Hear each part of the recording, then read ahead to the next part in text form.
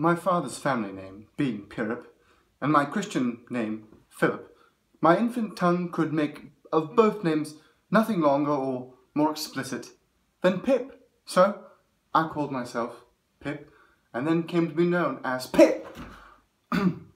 Now, when I was a young child, my first and most vivid impression of the identity of things was gained on a memorable raw afternoon when I found out for certain that this bleak place, overgrown with nettles and full of gravestones, was the churchyard, and that dark, flat wilderness beyond the churchyard was the marshes, and that the distant savage lair, for which the wind was rushing, was the sea, and that small bundle of shivers, growing afraid of it all, beginning to cry, was Pip.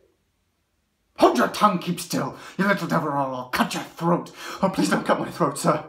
Oh, tell us your name now, quick. Pip, sir. Pip, what's that? One more time. Pip, sir, Pip." The man considered this a moment. Then he turned me upside down, and he emptied my pockets. He was a fearful man, who had been soaked in water and smothered in mud, with a great iron on his leg. "You young dog with fat cheeks, you gut. Darn me if I couldn't eat him, and if I don't have half a mind to." I earnestly expressed my hopes that he would not. "Now then, where's your mother?" "There, sir." "Huh? There's my mother, sir." "And is that your father alongside your mother?" "Yes, sir, him too. Like of his parish, and my five brothers." "Ha! I see. Well, where do you live? Supposing you're kindly to let live, which I have not made up my mind about yet." "My sister, sir, Mrs. Joe Gowdry. She's wife of the blacksmith, sir." "Blacksmith, eh?" He looked down at the iron on his leg. "Now looky here. The question being whether you're let to live.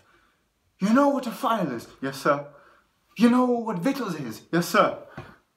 "You get me a file, you get me victuals. You bring 'em both to me here, or I'll have your heart and liver ripped out.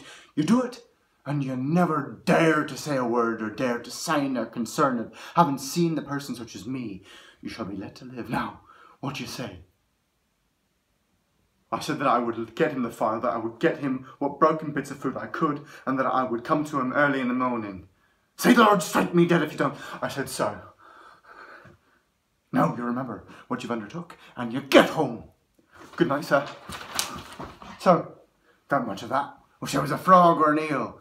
I saw him go, picking up the way among the brambles as if he were eluding the hands of the dead.